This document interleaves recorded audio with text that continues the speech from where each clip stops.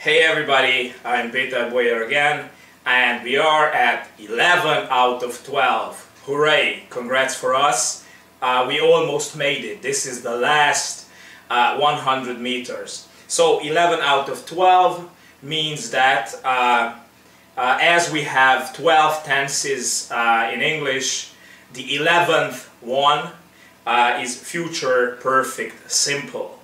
Now, future perfect simple is quite exciting because I don't know. It's just exciting because it's understandable and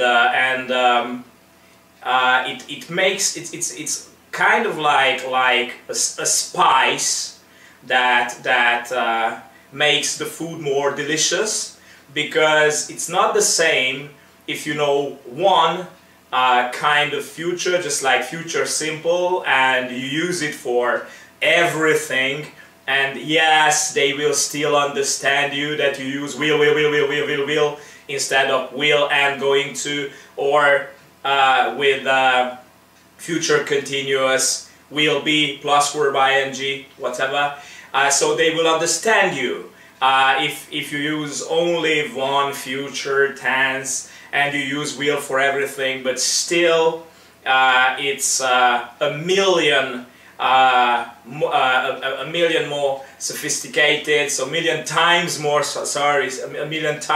sophisticated and more proper and more precise if you know all the four future tenses: future simple, future continuous, future perfect simple, and future perfect continuous, because you can express precisely the time of the action, the continuity of the action, the duration of the action, and when the action will happen, if it's a prediction or a plan or something else. Now with future perfect simple, I give you the scheme, a few examples, and then I will deduce to you everything that you have to know. There are only two uses, so it will not run down your brain, so I'm not going to exhaust you today. So the scheme is subject plus will have plus verb 3. Now let's see. Subject. Always and always and always and always the sentence begins with the subject. Will have is the auxiliary word.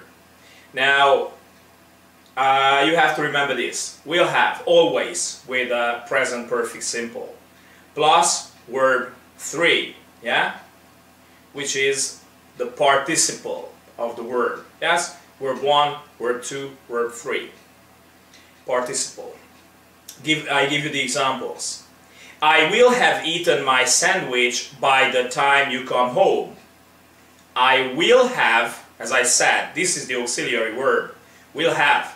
I will have eaten, yeah, verb 3, my sandwich by the time you come home. Yes? Let's just mimic this a little bit. If this is a future point or a future action, is will have eaten before this future moment or future action? I will have eaten my sandwich by the time you come home. Is it before it? Yeah. Another one. We will have won the match by the time you blink twice. Okay? This is a little bit boastful and self-confidence, quite American sentence. We will have won the match by the time you blink twice, but everybody who has some experience with sports knows that confidence is part of that. Now let's analyze the sentence.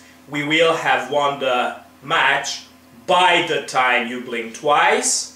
By the time you blink twice is not actually a future moment. It's another future action, and I will tell you also something about this later. we will have finished our sightseeing tour by 6 p.m. We will have finished our sightseeing tour by 6 p.m. By 6 p.m. is actually a future moment, not another future action or not a future event. Right. Excuse me, my telephone is making noises, but we will get rid of those noises, okay? Good. First use. Future perfect simple is used to express an action already completed at a given future moment. Yes? As I expressed it to you in the first example, the action is completed in the future before another future moment, yes? So just like this, by this time tomorrow they will have crossed the Danube, or we can put it this way, they will have crossed the Danube by this time tomorrow. Let me repeat it. They will have crossed the Danube by this time tomorrow. By this time tomorrow is a future moment. Or, they will have heard the results by then. They will have heard the results by then. By then is the future moment, so a future moment somewhere in the future. It's not a precise moment, by then. Yes, by then can mean anything. By then can mean an hour, by then can mean tomorrow, by then can mean 2 months, okay? But still, it's a future moment. They will have heard the results by then. Another one, we will have walked a long way before we reach the sea. Before we reach the sea is a future action, and there is something that will have been completed before that action in the future, and that completed action is that we will have walked a long way. Yes? Before we reach the sea, before this future action, there is another action which is already completed, but it is in the future. Another use, but in the same category, for actions which will have been completed before a specific point of time in the future, or before another action in the future. So for actions which will have been completed before a specific point of time in the future, or before another action in the future. By dinner time, I will have stopped working. Yes? So, or let me put it this way, I will have stopped working by dinner time. By dinner time is a specific point of time in the future, or let me put it this way, I will have stopped working by the time we arrive. By the time we arrive is a future action, and this action that precedes the arrival, our arrival, will have been completed. Right? Good. Now, let me point out something very important, and you already know it because you had studied it at school. You have already heard it a million times at school.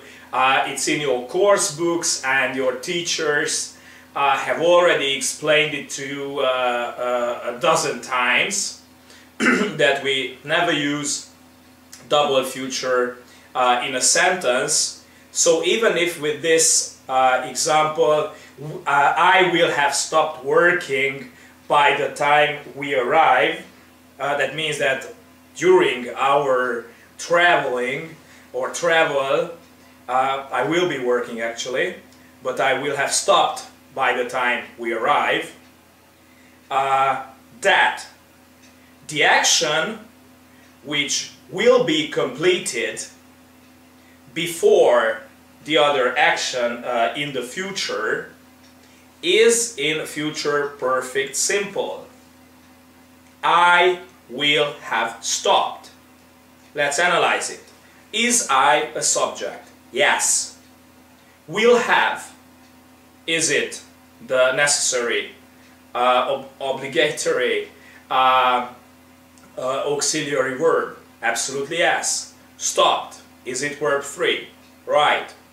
Is this the action that will be completed before the other future action? Yes. Before or by the time we arrive, right? Is this in the future also? Absolutely yes. But we express it with present simple because we do not use will twice in a sentence. You already know this. So cheers for you. The time expressions are by, or by the time, or before. The second one, second use. An action begun before a given future moment and still going on at that future moment. So pay attention here. Here the meaning of the action is the most important. And the fact that this action begun before the other future action, but it is very important that it is still going on. And you have to make a difference between future perfect simple and future perfect continuous, because here it is easy to mix them up. And there are cases where you can use both of these tenses to express the same meaning. So look at this sentence.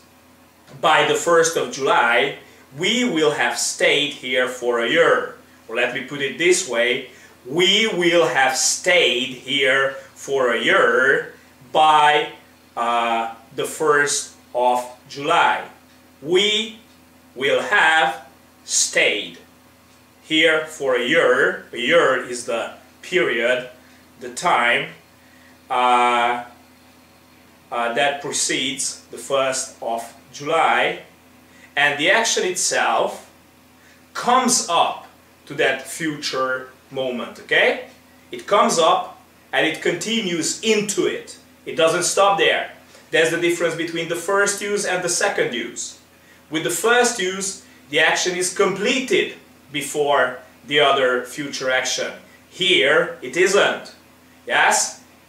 It starts here, comes up, up, up, up, and goes into that second future action, or that future moment, or that future point, or that future precise time, or even that future event. Alright? Here it isn't an event, it is a precise future moment. So we will have stayed here for a year by the 1st of July. Here is by the 1st of July, and the action comes up to that. Next one.